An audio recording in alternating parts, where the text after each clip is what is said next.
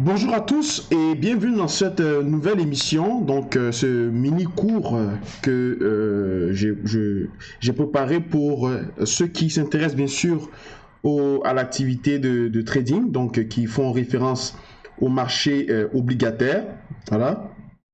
Vous savez que chaque vendredi, on a l'habitude de se retrouver pour discuter des sujets qui concernent la finance des marchés, qui concernent le trading et tout ça.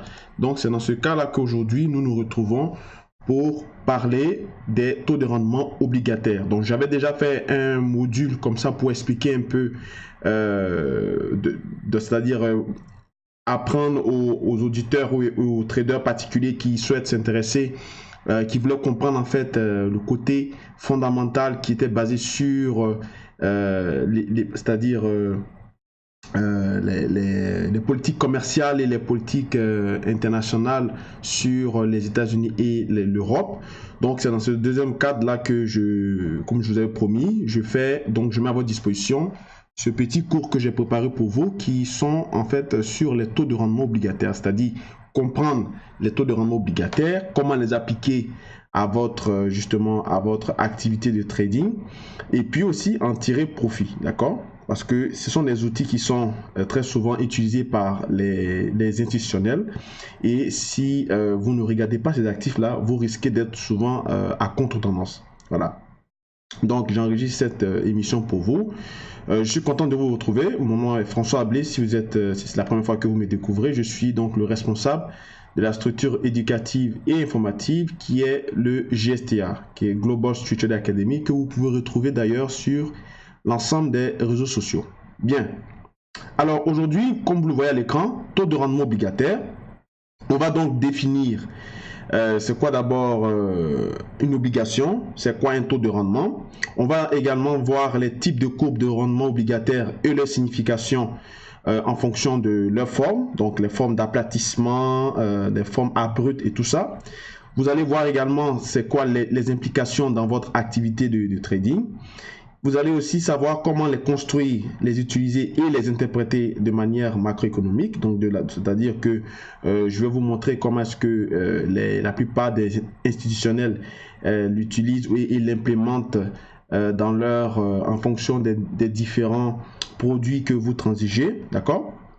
Et puis, je vais donner une brève conclusion après tout ce qu'on vient de voir. D'accord?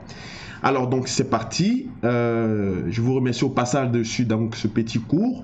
Et puis, si vous avez des questions, n'hésitez pas à poser des questions en dessous de la vidéo, à mettre des commentaires et également à m'envoyer des messages s'il y a quelque chose que vous n'avez pas compris. Je serai toujours à votre disposition. Et n'oubliez pas également de vous abonner à la page Facebook et aussi à vous abonner à la page, à la chaîne YouTube. Voilà. Bien.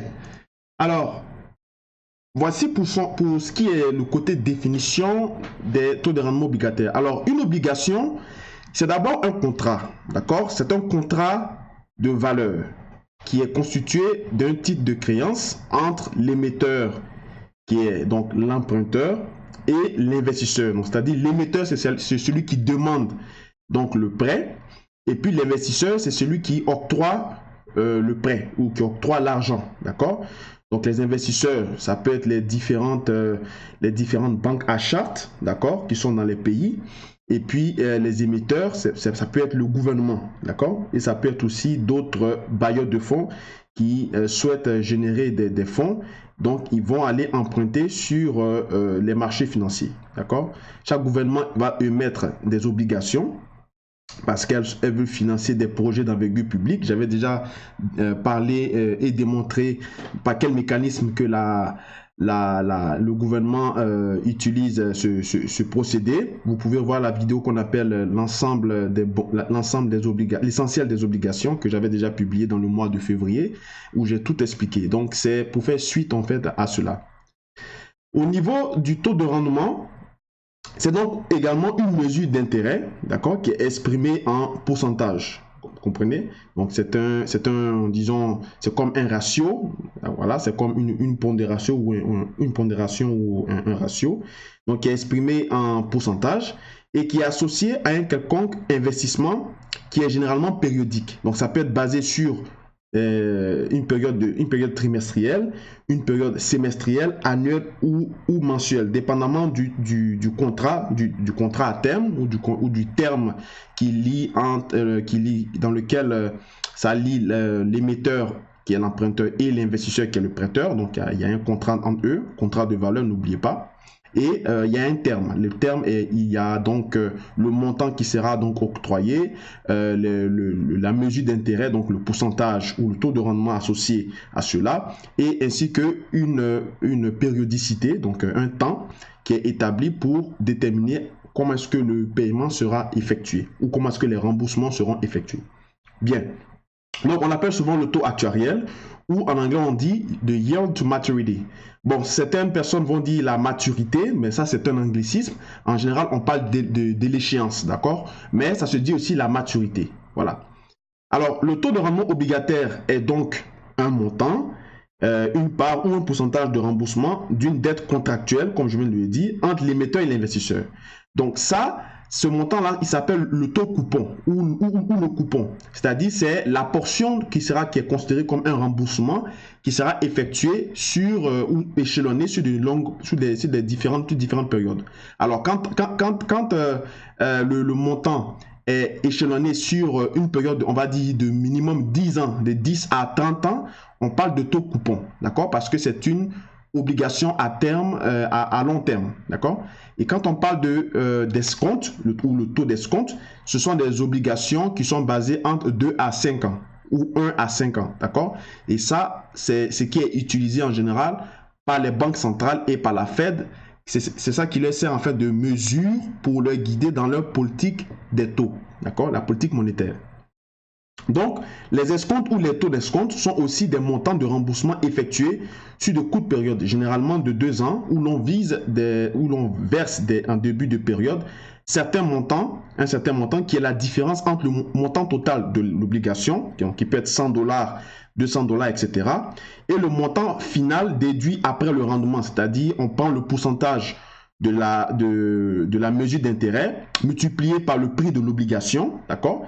Et on fait une soustraction et c'est ça qui est en fait le montant d'escompte ou le taux d'escompte. Donc, vous avez l'exemple devant vous.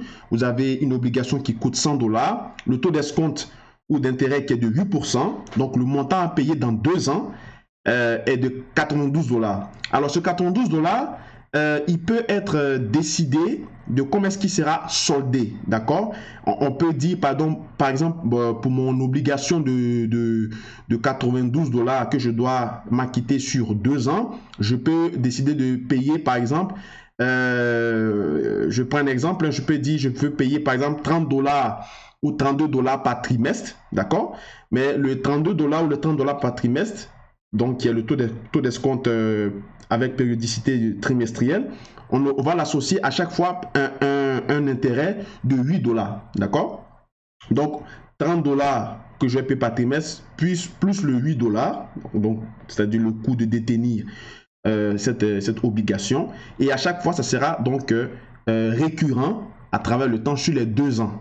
Et à la fin du contrat, donc à la fin du terme de l'obligation, je vais donc rembourser, puisque si moi je suis donc l'émetteur, je dois donc rembourser $100, donc les annuités de $92 plus l'intérêt, et à la fin je rembourse donc le $100, donc plus $100 au prêteur, donc à l'investisseur qui m'a octroyé cette obligation ou ce contrat, on va dire.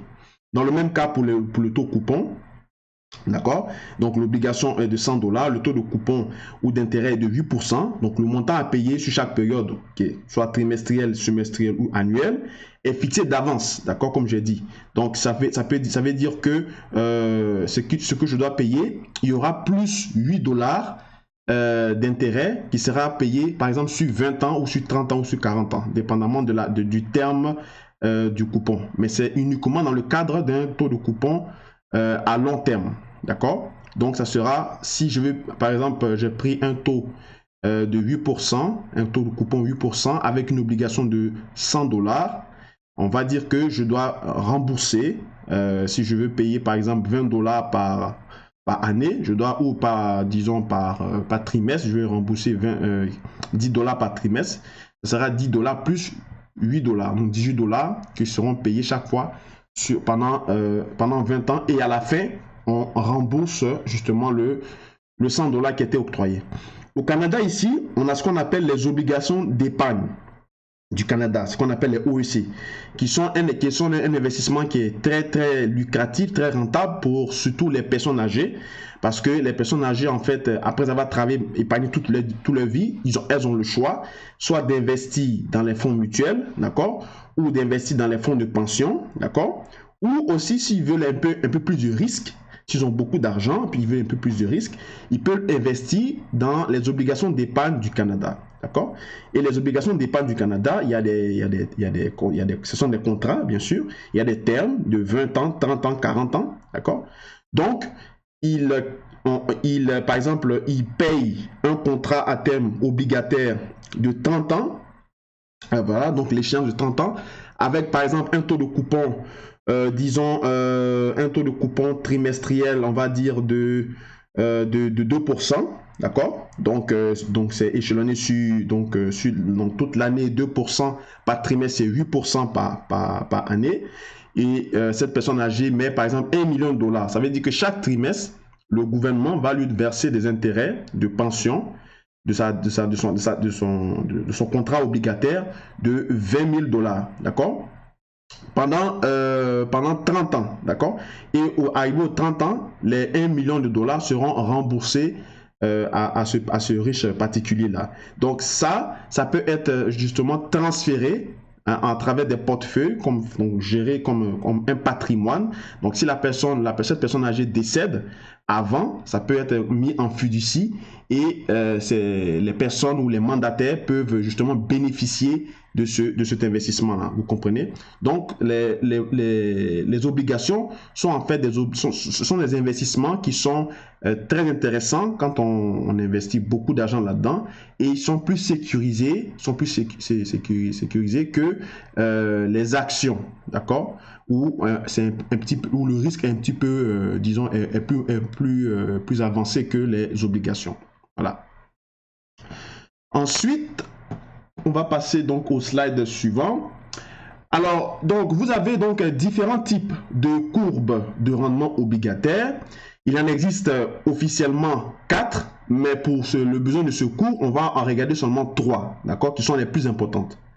Donc, vous avez la courbe de rendement normale ou positive, qu'on appelle le normal yield curve, donc la courbe de rendement normale ou positive. Vous avez aussi la courbe de rendement plate, qui est le flat yield curve, ou la courbe de rendement inversée ou négative, donc qui est la plus importante et c'est celle qui est la plus suivie, d'accord? Donc le inverted yield curve, d'accord?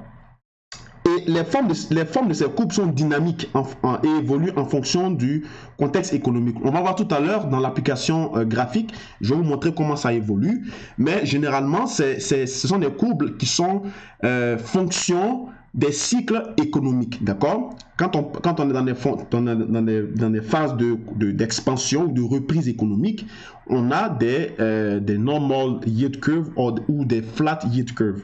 Mais quand on est dans des fonctions, on est dans des contextes économiques de récession, là où de pré-récession, on parle donc de courbe de rendement inversée, négative ou inverted yield curve, d'accord?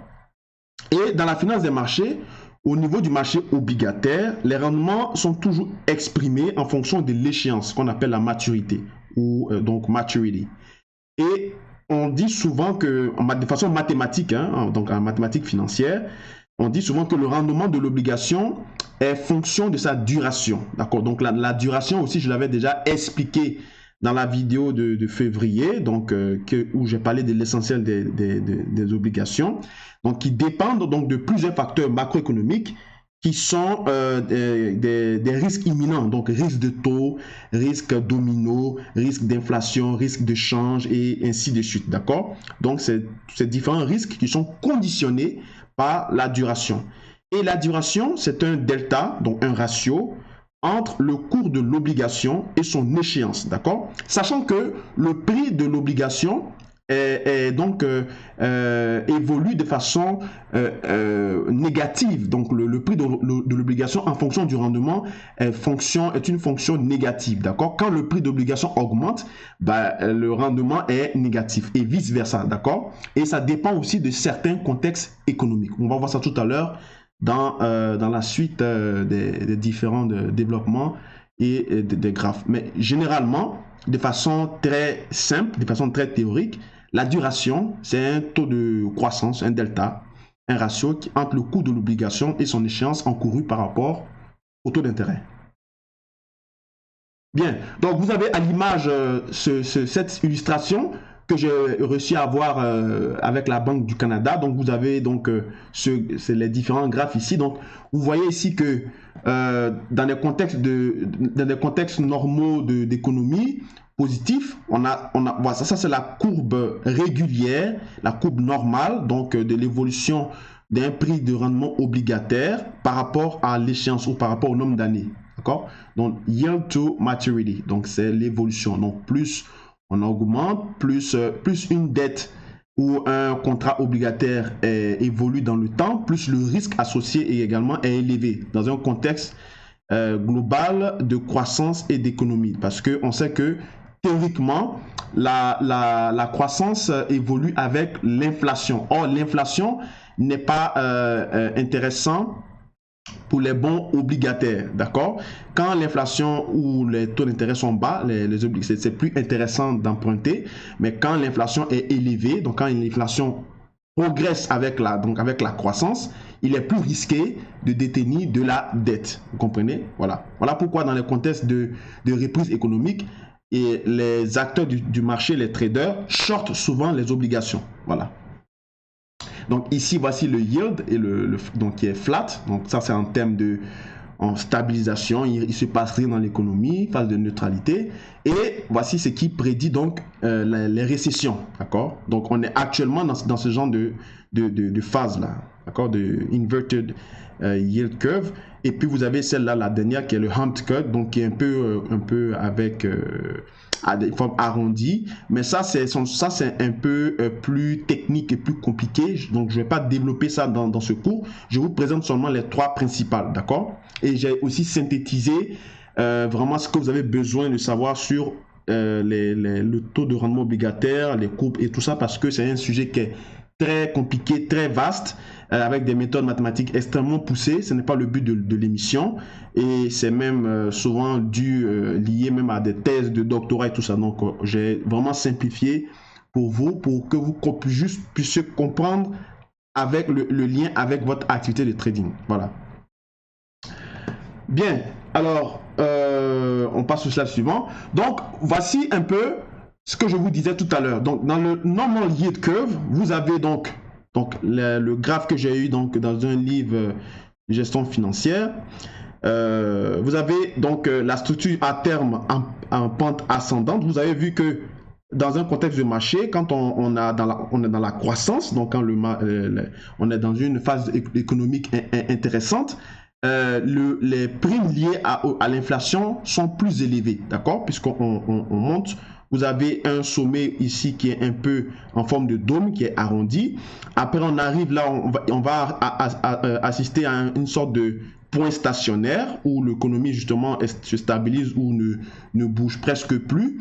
Donc, à ce niveau ici, plus on évolue dans le temps, comme vous le voyez, donc plus les taux d'intérêt évoluent dans le temps, en fonction de la durée et l'échéance, plus la prime de risque liée au taux d'intérêt, donc le coût de détenir de la monnaie ou de la dette, est élevé, plus également la prime de risque liée à l'inflation, donc est sujet au contrat obligataire, est aussi élevée.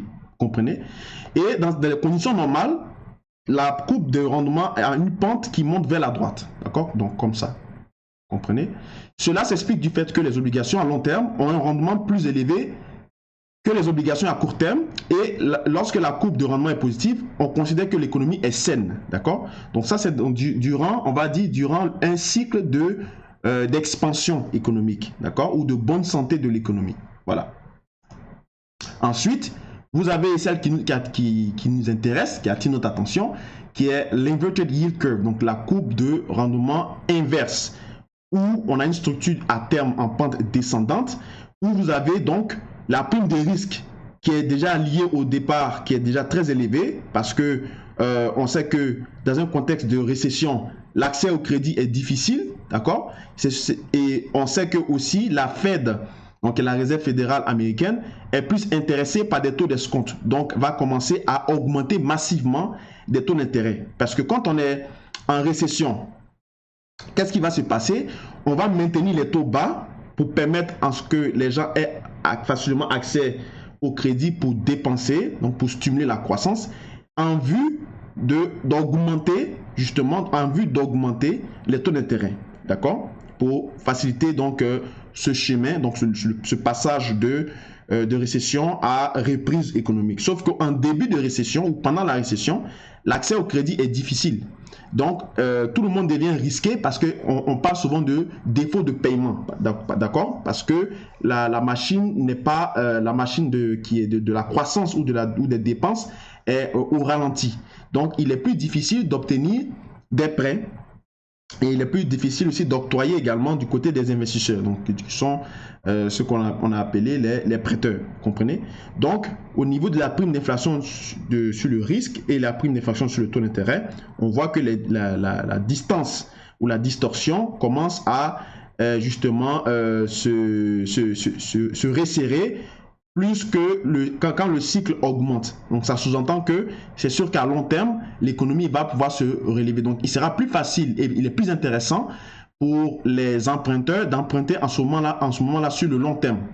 Mais les prêteurs ne voudront pas, ils veulent prêter maintenant parce que il est plus risqué justement d'avoir de l'argent en fait. Alors dans ce cas-là, la courbe de rendement a une pente qui baisse vers la droite, comme vous le voyez à l'écran, et cela se produit lorsque le rendement à court terme dépasse le rendement à long terme. C'est-à-dire que c'est plus intéressant et c'est moins risqué de prêter sur du très court terme que sur du long terme, d'accord? Parce qu'il peut y avoir une autre implication et les différents risques que j'avais cités au début lorsque j'ai commencé mes propos préliminaires. Alors, par exemple, une série de hausses des taux d'intérêt à court terme visant à réduire donc l'inflation, comprenez? Et les investisseurs gagnent davantage lorsqu'ils investissent dans des obligations à court terme. Et les prêteurs sont moins disposés à faire des prêts à long terme. Donc c'est un peu ce que je viens de décrire qui est résumé devant vous. Et cela peut conduire donc à un ralentissement économique ou à une récession. Donc quand on est en présence d'une structure à terme en pente descendante, ce sont des signaux des pré-indications, disons des pré-indications des présences de récession, comprenez? Voilà. Alors, on va passer au slide suivant. Donc, les implications dans votre trading. Alors, quand vous voyez donc que la courbe commence à, disons, s'aplatir, donc quand on parle de flattening of yield curve, c'est-à-dire que la courbe commence à s'aplanir. Vous voyez ici que dans des conditions initiales et normales de marché, on a ça, cette courbe-là de rendement, hein, la courbe de rendement obligataire. Et quand on voit que la courbe commence à s'aplatir, donc on voit une stabilisation, et après ça va descendre, et quand ça descend, et puis on commence à voir également que la courbe s'est inversée, c'est donc un signal de récession qui commence, vous comprenez? Donc, lorsque la courbe de rendement s'aplatit, cela signifie que l'écart entre les rendements obligataires et les obligations à court terme, ainsi que les obligations à long terme diminuent, comprenez? Donc, ce qui fait apparaître une courbe moins abrupte. Le rétrécissement de l'écart indique que les rendements sur les obligations à long terme tombent plus rapidement et que les rendements sur les bons du trésor à court terme ou occasionnellement, donc ce n'est pas toujours le cas, que les rendements obligataires et à court terme augmentent même si les rendements à plus long terme sont en baisse. Voilà. C'est un peu l'exemple que je vous avais donc décrit, le scénario économique que je vous avais décrit en début de période où il est plus en fait risqué, il commence à être plus risqué de prêter de l'argent sur de longues périodes. Donc les gens préfèrent plus avoir des rendements rapides en dépit des incertitudes qu'on a sur le marché, en fonction du contexte. D'accord? Donc cette courbe de rendement aplatie peut indiquer donc les attentes en matière d'inflation future, s'ils seront en baisse ou en hausse, donc dépendamment du contexte du marché dans lequel nous nous trouvons. Un aplatissement peut également aussi se produire en prévision d'une croissance économique. Donc, ça veut dire, et plus lente. C'est-à-dire que si, par exemple, on sort, par exemple, d'une récession, et souvent, certains économistes utilisent des termes, comme on parle de atterrissage en douceur ou des choses comme ça. Donc, on voit que le gouvernement ou la banque centrale ou les banques centrales commencent à, justement, implémenter de façon progressive des hausses de taux d'intérêt. Un peu comme en 2014 qu'on avait vu avec la Fed.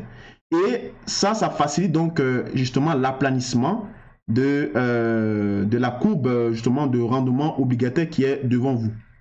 Maintenant, quand on a bien sûr des phases de où on va voir ça au slide suivant, mais quand on a des phases de marché où on a ce qu'on appelle les steepening of curves, c'est-à-dire que quand les courbes deviennent de plus en plus abruptes, on a bien sûr, c'est comme des signaux comme quoi l'économie se porte de mieux en mieux. Et ça veut dire que les gens vont emprunter assez souvent à long terme. Donc, en ce moment-là, vous allez voir que les niveaux de production vont pratiquement doubler, voire tripler. Comprenez? Et dans ce cas de figure de flattening of yield curve, le biais est neutre. C'est-à-dire qu'on est dans des phases de marché où c'est la normalité. D'accord? Il n'y a pas disons, d'inquiétude en tant que telle. Maintenant, comme je disais tout à l'heure, dans des phases de marché où la courbe devient de plus en plus abrupte, c'est dans les phases de bull market, c'est-à-dire que là, la production, par exemple, les niveaux de production qui sont, par exemple, disons, anticipés ou espérés, sont souvent en dessous, d'accord, sont souvent en dessous de la production réelle, c'est-à-dire qu'on a dépassé même les anticipations. Donc, en ce moment-là, c'est la reprise, les prêteurs sont enclins à donner de l'argent sur de long terme, d'accord? Ils n'ont pas de problème avec ça parce qu'ils se disent qu'il y a la croissance, donc on peut à tout moment, en fonction de l'inflation qui est ciblée à 2%, si les particuliers font plus de 2%, c'est-à-dire où les investisseurs font des performances de 20% sur l'année, on peut donc prêter de l'argent facilement, il n'y aura pas de risque de défaut de crédit, ce qui est contraire dans le cadre du inverted yield curve, d'accord, où on a plus peur et on ne sait pas si les particuliers seront en mesure de pouvoir rembourser leurs obligations. Donc, lorsque la courbe de rendement est abrupte, l'écart entre les rendements sur les obligations à court terme et les obligations à long terme s'élargit, ce qui fait apparaître une courbe de moins en moins abrupte, d'accord.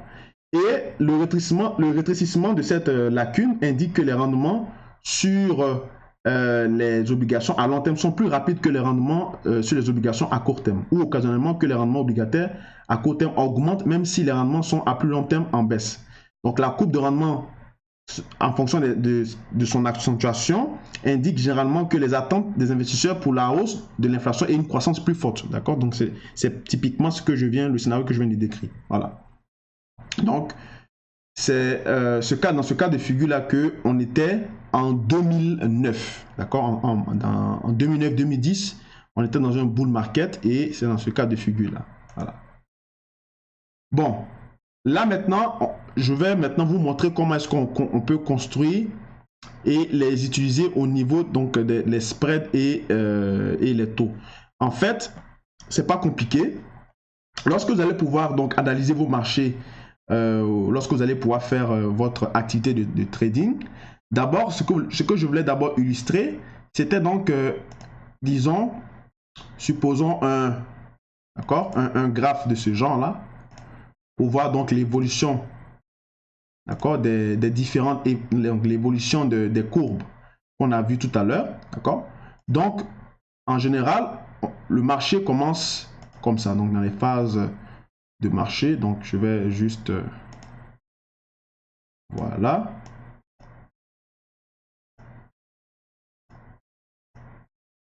Voilà. Donc, vous avez donc une évolution qu'on a vue tout à l'heure, d'accord, où on a l'échéance ici en fonction de la maturité en fonction du rendement. Donc, plus on évolue, d'accord, dans le temps, et plus les rendements obligataires à long terme sont, disons, c'est plus intéressant de tenir de la dette sur le long terme. Donc, il n'y a pas de risque de défaut de paiement. Par contre, quand on arrive dans des phases de marché où on a bien sûr le changement de cycle, on peut voir des choses comme ça. Donc, qu'on appelle le inverted yield curve. Donc, c'est-à-dire que on commence au départ, ça monte, ça commence à s'aplanir. Et après, on redescend, d'accord? Et on a donc cette phase de marché où il est plus compliqué de prêter de l'argent, d'accord? Bien. Donc ça, c'était pour l'évolution des courbes. Maintenant, ce que je vais vous montrer, c'est comment construire les différents rendements obligataires qui seront utilisés pour votre activité de trading et également pour votre interprétation macroéconomique. Donc, vous avez ici, donc si je reviens rapidement sur ce qu'on avait laissé, donc vous avez vu que ici c'est marqué comment les construire et les utiliser. Mathématiquement, un spread de taux est une dispersion autour du benchmark statistique, c'est-à-dire que c'est le chiffre qui est fixé par la banque centrale en fonction des études empiriques sur l'évolution des taux, d'accord, sur l'évolution de l'écart des taux entre, j'ai pris l'exemple du taux italien et allemand. Généralement, on prend le taux, le pays qui a le taux le plus, disons, où c'est plus risqué d'investir, moins celui où c'est moins risqué. Sachant que l'Allemagne, l'Italie et la France sont les trois pays, d'accord, qui sont les plus nantis au niveau de l'Europe, mais parmi les trois pays, le plus risqué en termes d'obligations à contracter, donc ce qui est donc déterminé par les agences de notation de crédit comme par exemple Moody's, Fitch et consorts, estime que l'Italie c'est plus risqué à cause actuellement du contexte politique. Donc je vous ai dit toujours que le contexte le marché obligataire évolue toujours en fonction du contexte, d'accord? Donc à cause du contexte politique au niveau de leur budget et aussi les débats qui sont souvent sujets à la sortie de l'Union européenne, donc les eurosceptiques, actuellement ce contexte-là fait souvent augmenter les risques de défaut de paiement de l'Italie. Donc, c'est plus risqué d'investir en Italie, d'accord? Voilà pourquoi quand vous devez donc construire, disons, une déviation ou bien un spread de taux, vous devez prendre toujours celui qui est le plus risqué par rapport à celui qui est le moins risqué à investir, d'accord? Et parmi les trois, la France, l'Allemagne et l'Italie, c'est l'Italie qui est en fait sujet à des turpitudes au niveau de leur budget, d'accord? Et le spread de taux, donc Italie moins Allemagne, plus il s'agrandit par rapport à la moyenne, d'accord? La moyenne qui est sur le graphe qui peut être fixée des fois à 2, 2,15 ou des fois à 3, dépendamment. Généralement, quand on dépasse 2,5, ça commence à être un peu inquiétant, d'accord? Donc, si la moyenne, on dépasse la moyenne de 2,5, le constat est alarmant dans la zone monétaire. Donc, parce que c'est comme si l'Italie, qui est le pays, qui est comme le premier pays parmi les pays qui sont les moins gros par rapport à l'Italie, par rapport à l'Allemagne et la France, est plus, disons, est en phase justement de potentiel défaut de paiement. Parce que généralement, on a déjà d'autres pays qui sont plus difficiles au niveau de leur budget, comme par exemple la Grèce. Donc, on a suivi l'épisode grec pardon, en 2012. On a eu aussi également, on a eu la Turquie en mai, d'accord, avec les expositions des différentes banques européennes là-dessus, notamment même la Banque de France. Donc, parmi ces pays-là qui sont pratiquement des pays à défaut de paiement, l'Italie qui est, disons, le pays qui est le troisième, si lui aussi il commence à être affecté, en ce moment-là, on peut supposer que l'Europe risque d'aller mal. Donc le taux peut être estimé à 2,5%, dépendamment des études ou disons des observations empiriques qui sont faites là-dessus.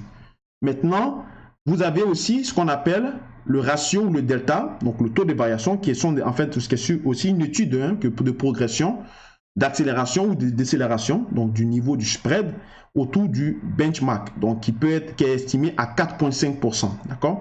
Donc quand on dépasse ce seuil, donc en général, quand on dépasse ce seuil de 4,5%, ça veut dire que le rythme d'endettement d'accord, de un des deux ratios, donc soit du numérateur ou du dénominateur, ce rythme-là est inquiétant. C'est-à-dire, il y a parmi ces deux-là, il y a un pays qui s'endette un peu plus rapidement que la plupart des autres pays, d'accord.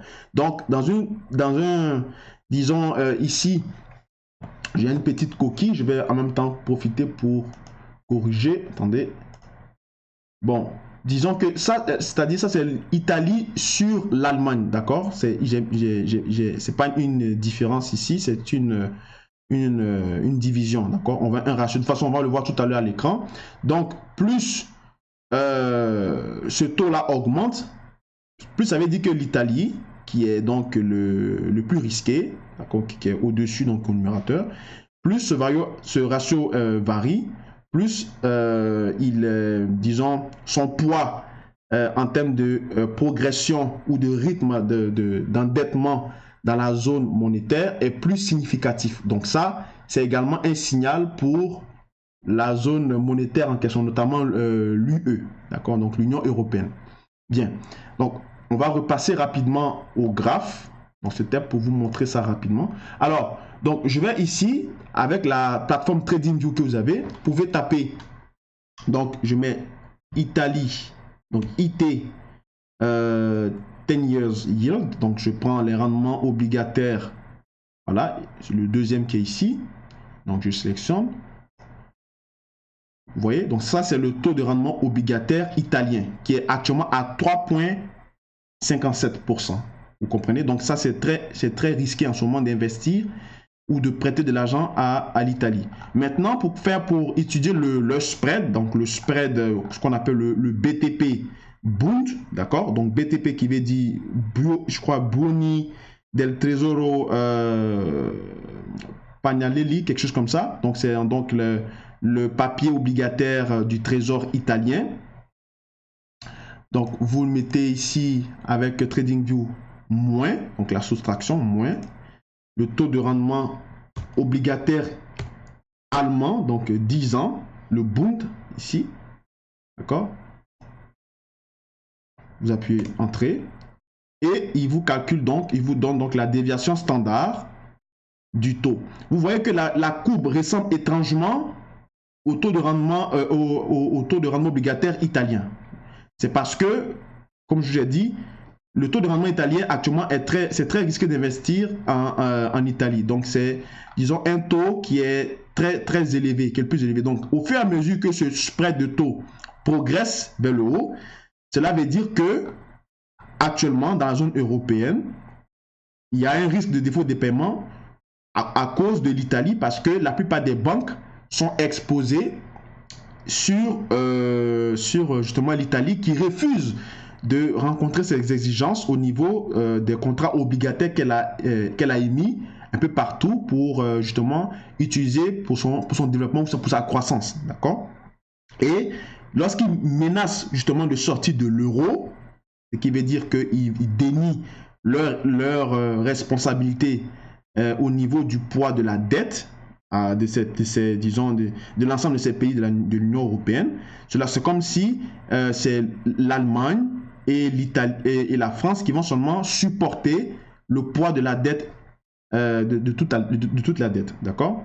Donc, techniquement, sur le graphe, quand vous avez ça, vous pouvez faire de l'analyse chartiste si vous voulez. Donc, vous avez ici un niveau, d'accord? Un niveau de prix. Donc, disons que le trait que j'ai tracé ici, c'est pratiquement, on peut estimer que c'est comme le niveau moyen, comme le pivot. Cela veut dire que si techniquement le marché des spreads de taux européens, donc le BTP Bund, descend aux alentours des 2,1, on sera dans les phases de marché où on aura disons, de l'appétit pour le risque ou disons l'apaisement. Pour le moment, on est dans des phases de marché d'aversion pour le risque parce qu'on s'éloigne de la moyenne. Donc, plus on s'éloigne des 2 points, on va dire 2,15, d'accord? On a ici 2,11 ici, mais on va dire 2,15 pour faire plus facile. Plus on s'éloigne des 2,15, donc le niveau moyen ici, et plus on est dans les phases de marché d'incertitude, d'accord, et de potentielle crise dans la zone européenne. Voilà comment il faut l'interpréter. Vous pouvez même mettre, si vous voulez, Moi, je mets souvent des moyennes mobiles, donc bon, moyenne mobile exponentielle pour capter plus, être dynamique, pour suivre bien sûr l'évolution des prix, le changement des prix. On est en données justement journalières, donc moi j'ai l'habitude de mettre souvent des moyennes mobiles on va dire annuelles, donc 365 périodes, voilà. Donc vous voyez que la moyenne mobile que j'ai mis ici de 365 périodes donne curieusement, d'accord, un point ici. Donc à cette distance ici, qui est pas loin de niveau, hein, du niveau moyen qu'on a tracé avec le trait blanc. D'accord, donc je vais chercher donc, disons ici, une règle pour voir la distance. C'est pas bien grave, hein, c'est juste une étude graphique, c'était juste pour vous montrer un peu l'illustration. Comment est-ce que vous pouvez, ah là voici, comment est-ce que vous pouvez l'utiliser. Donc vous voyez que la distance d'ici, pardonnez, attendez, voilà, donc la distance du trait blanc jusqu'à donc la moyenne mobile. Donc vous voyez que ici, il n'y a pas une grande différence entre le trait blanc avec la moyenne mobile. Donc une façon pour vous montrer que cette moyenne mobile là annuelle suit parfaitement les cours, d'accord. Et techniquement, lorsque vous allez utiliser ce graphe pour travailler sur par exemple l'euro-dollar, donc l'euro-dollar, ou par exemple pour travailler avec disons d'autres paires qui sont liées à l'euro, vous allez voir que plus le spread BTP-Bund va décaler à la hausse, plus l'euro-dollar va s'affaiblir et va aller à la baisse, et plus vous allez voir que ça, mécaniquement aussi, ça va augmenter le dollar, parce que l'euro est l'inverse du dollar, d'accord? Et mécaniquement, quand l'euro baisse, le dollar monte. Donc cela veut dire que quand vous allez avoir le spread de taux BTP-Bund qui va progresser à la hausse, d'accord? Vous allez voir que l'euro-dollar va commencer à baisser. Donc, l'aura sur les pressions baissières. Donc, vous pouvez l'utiliser dans votre analyse quotidienne pour voir est-ce qu'on est dans des phases de marché qui sont justement dans les phases de marché d'aversion pour le risque en Europe et ce genre d'interprétation macroéconomique. Donc là, on voit qu'à coup d'œil, on voit qu'on évolue dans un canal haussier, hein, sur le Bund, le BTP Bund, donc on n'est pas loin, on n'est pas dans une phase de marché rassurante parce que le canal évolue et plus on monte, si on arrive aux alentours des niveaux historiques qui sont estimés à 3,50, donc le taux de 3,50, là vraiment ça va commencer à sentir le brûler, donc ici. Je vais mettre ça ici, voilà, 3,50, voilà. Parce que pourquoi? Parce que 3,50, c'est les niveaux qui étaient là avant l'arrivée du QE. D'accord? Donc à ce niveau, à 2012 ici, vous avez ici, donc à ce niveau ici, ça c'est des niveaux extrêmement importants. D'accord? Donc si plus on s'approche de ces niveaux, plus ça veut dire que les banques centrales, là où la Banque centrale européenne doit intervenir à coût de milliards. D'accord? Donc, tous les efforts qui avaient été faits par la BCE, par la BCE de réduire sa taille de bilan, qu'on appelle ce qu'on appelait le PAP, donc le Purchasing Asset Programme ou bien le QE, elle va recommencer à injecter massivement des milliards. Elle était à 80 milliards, souvenez-vous, et là maintenant, elle est maintenant à peu près à 20 milliards par mois. D'accord? Donc, elle sera obligée de réinjecter encore 100 milliards, 200 milliards pour soutenir le marché obligataire afin de stabiliser la croissance au niveau de la zone européenne. Voilà pourquoi Mario Draghi parle souvent toujours de croissance durable, de laisser toujours, disons, de ne pas couper drastiquement le QE, de continuer toujours de sorte à soutenir la croissance de façon durable et tout ça. Donc c'est par rapport à cela, vous comprenez? Bien. Ensuite, Donc ça, je vais enlever cette étude ici. Vous pouvez la dupliquer quand vous voulez, c'est libre à vous, maintenant que vous savez comment faire. On va mettre maintenant, on va changer, on va mettre plutôt maintenant pour voir les taux de croissance.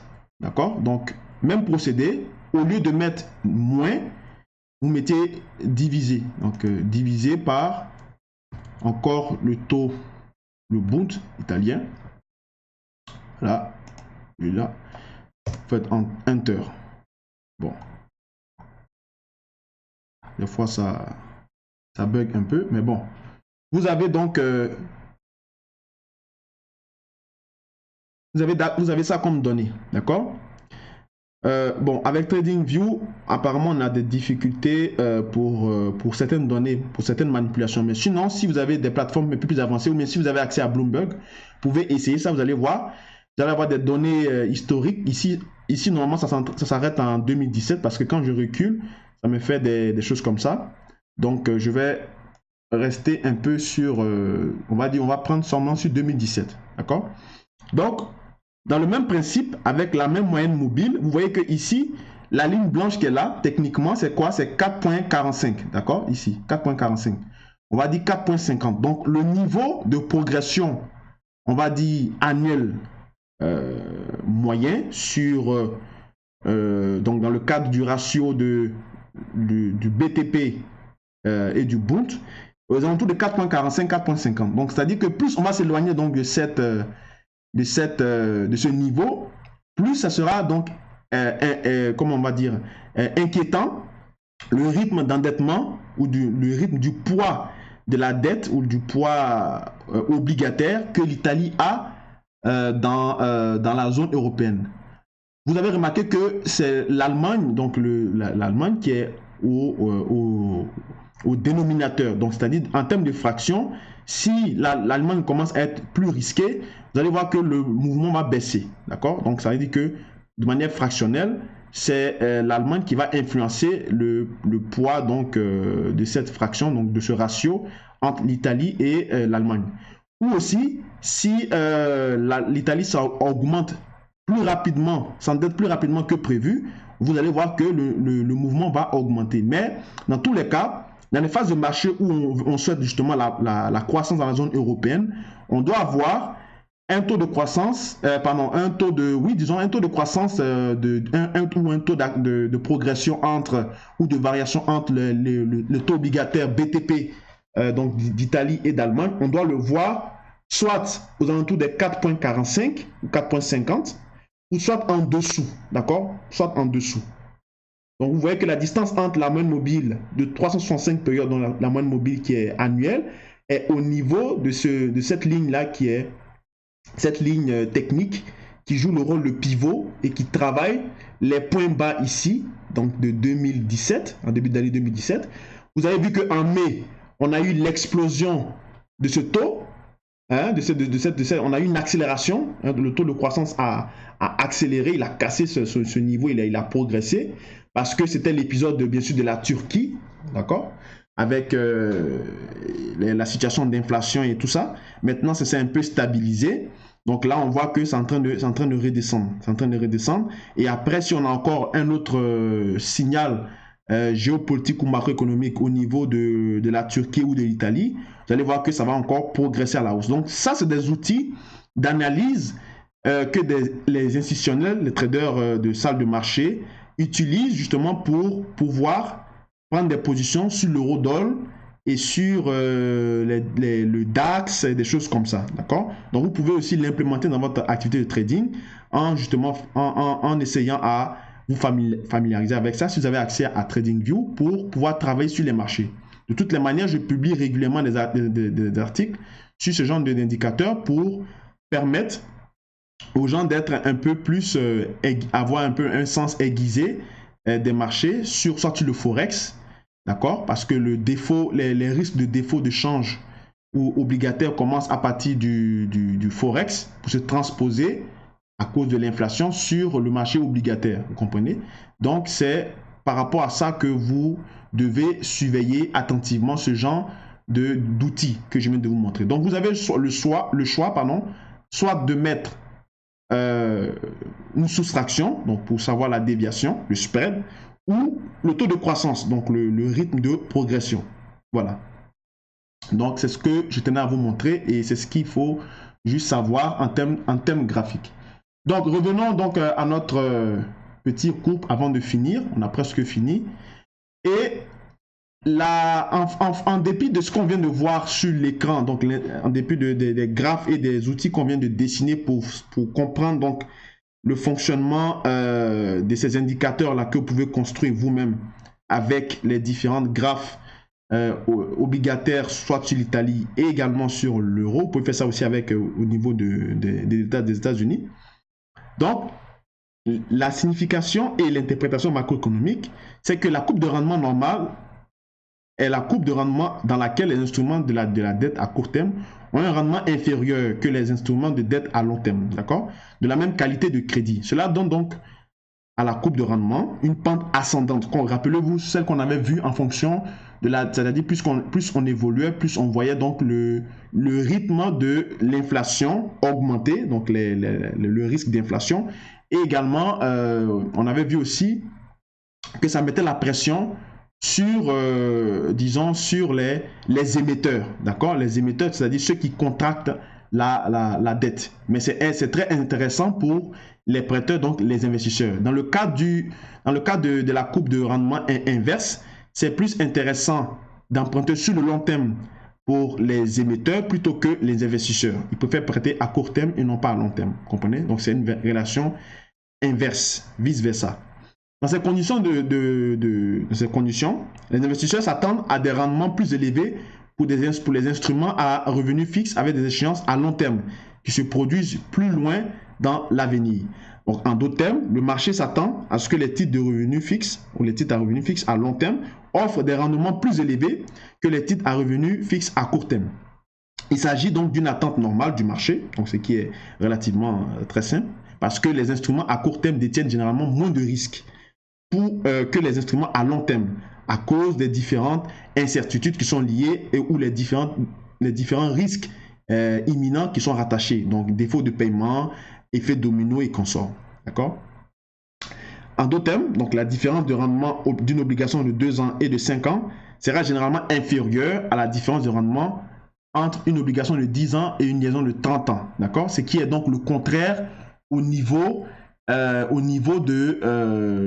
la courbe de rendement inverse, d'accord? Ce qu'on a vu, qu'on va voir plus tard. Bon, dans ce cas de figure, quand on parle de yield curve, donc quand la courbe commence à s'aplanir, ça c'est des phases de marché où on est justement neutre, hein, il ne se passe rien. Disons que de façon plus simple, c'est une phase de marché de stabilisation, d'accord? Donc quand on est dans les niveaux de marché de production, où on n'a pas vraiment d'accélération ou de moteur ou de catalyseur puissant, le marché ne fait que justement progresser, mais la progression commence à ralentir. C'est-à-dire que au début, on est dans les phases d'expansion. Après, on est dans les phases de respiration, de stabilisation, parce qu'un marché ne quitte pas d'haussier à baissier. Il y a toujours une phase de transition. Donc, la phase de transition, c'est ce qu'on appelle le flat yield curve. Quand la courbe de rendement, en fonction du contexte, commence à s'aplatir. D'accord? Donc, dans ces cas qui sont, on va dire, qu'on considère rares, hein, en termes d'études statistiques, les taux d'intérêt à long terme diminuent. D'accord? Une courbe plate peut parfois conduire à une courbe inversée. Aussi, une courbe plate indique un ralentissement de l'économie. Vous comprenez? Donc, c'est comme un genre de pause que le cycle économique est en train de faire avant de montrer s'il continue à progresser ou alors s'il rentre dans un nouveau cycle, soit de récession ou de crise financière. Donc, cela se produit généralement lorsque les banques centrales tentent de contenir l'inflation en augmentant les taux d'intérêt, donc en augmentant les taux d'intérêt et les rendements à court terme. Et avec ces mesures prises-là, les attentes de l'inflation sont élevées et commencent à donc se répéter sur l'inflation qui était modérée au départ, donc c'est-à-dire la cible qui est de 2%, ainsi que les espérances des taux les plus élevés à long terme tombent également. Vous comprenez? Donc ça met la pression sur, bien sûr, les emprunteurs, c'est-à-dire les émetteurs. Vous comprenez? Parce que on commence à voir que voilà, ça devient de plus en plus coûteux de détenir de la dette. Donc, il va falloir se départir de cela. Voilà. Au risque d'avoir un défaut de paiement.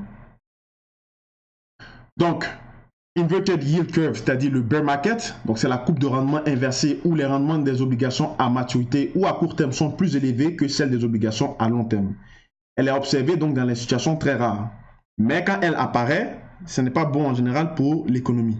Voilà pourquoi parce que c'est des courbes, comme on dit, elles sont rares. Ce sont des courbes qui apparaissent en fin de cycle, d'accord? Donc chaque 8 ans, chaque 9 ans, chaque 10 ans, d'accord? On a eu un long bull run, comme on l'appelle. Et jusqu'à présent, on voit que la courbe a commencé à changer, a commencé à s'inverser.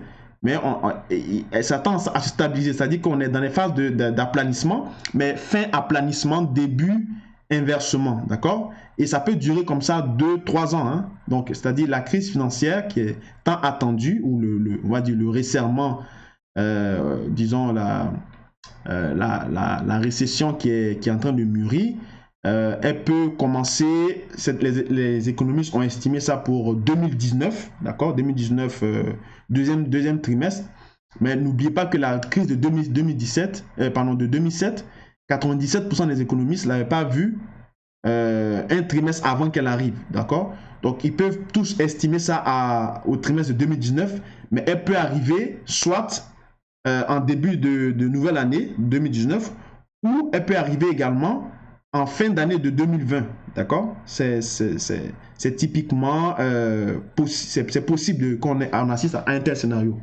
parce que ça prend vraiment un peu de temps pour que, c'est comme un avion quand il atterrit, il n'atterrit pas et puis il ne freine pas un coup, il atterrit au moins sur de nombreuses distances, d'accord? Sur une longue distance, avant que l'avion ne se pose, ne s'immobilise au sol, d'accord? Il atterrit, il ralentit en fait. Donc ce ralentissement-là, c'est ce qu'on appelle justement, c'est ce qui est décrit ici, qu'on parle de la courbe de rendement inversée, est une courbe inclinée vers le bas. Donc plus on voit que ça s'aplatit, après ça va s'incliner maintenant vers le bas. Et ce type de rendement, ce type de courbe de rendement est plus rare que les 4 types qu'on avait vus au départ sur le graphe et qui est considéré comme un prédicteur de la récession. D'accord?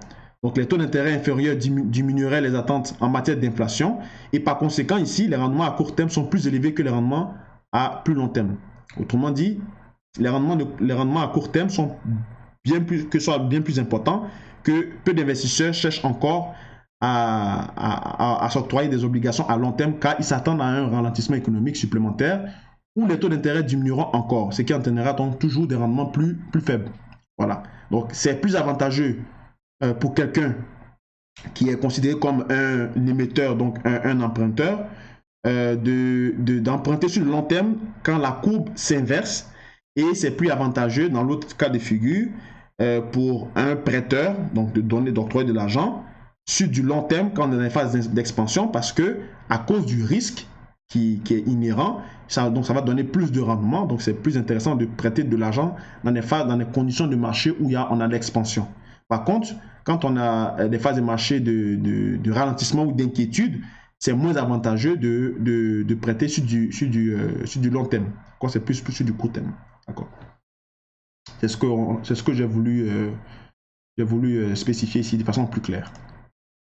Donc, ainsi s'achève donc ce petit cours. Donc, la conclusion, ce qu'il faut retenir de tout ça, c'est que c'est donc tout ce qui est graphique que je vous ai montré. Quand vous avez bien sûr les spreads des taux qui augmentent, d'accord, il faut vous dire que il faut commencer à chercher des patterns, disons, des patterns de moyen long terme, donc daily, weekly, sur l'euro-dollar, des patterns, disons, baissiers, pour vous positionner dans le sens de la tendance, d'accord. Et si vous voyez que justement ces spreads de taux ou bien ces ratios de taux progresse, disons, de façon négative, donc commence à baisser, il faut bien sûr chercher des patterns de daily ou weekly, encore une fois de plus, pour vous positionner justement à la hausse, d'accord? Parce que en intraday, comme je vous ai déjà dit, en intraday, les nouvelles économiques, donc à très court terme, les changements dans l'économie et les différentes progressions au terme de nouvelles et tout ça affectent vos graphiques à court terme. Mais à long terme, de façon purement économique, de façon théorique, ça demeure inchangé, d'accord? Donc, cela veut dire que si vous repérez des patterns de long terme, c'est-à-dire que chaque bougie a déjà inclus les différents impacts qu'on a eu en intraday. Si vous vous positionnez dans le sens justement des marchés qui sont en phase avec vos analyses, avec les instruments qu'on vient de voir, vous avez plus de chances de pouvoir pour pouvoir gagner sur ces positions-là. C'est-à-dire que si par exemple vous avez une observation où on voit que de manière annuelle, sur le rythme cyclique annuel, on voit que le spread des taux BTP, donc italien et euro, commence à baisser et retrouver ses anciens niveaux. Ce sera le moment de vous positionner sur le long terme sur l'euro, d'accord? Donc de payer l'euro, d'accord? Et également de commencer à shorter les bons du trésor, vous comprenez? Et quand on voit que, bien sûr, les spreads commencent à s'écarter, donc à progresser et à s'éloigner de leur moyenne, d'accord, qu'on a fixé techniquement ou qui sont souvent communiqués par les différentes banques centrales, c'est le moment, bien sûr, de chercher à shorter l'euro et aussi à, en fonction de l'inflation, dépendamment de l'inflation. Donc, si on est dans des phases d'inflation où l'inflation est très bas, c'est le moment de payer justement les bons du trésor, les obligations. Dans ce cas, vous pouvez vous positionner à long terme. Voilà.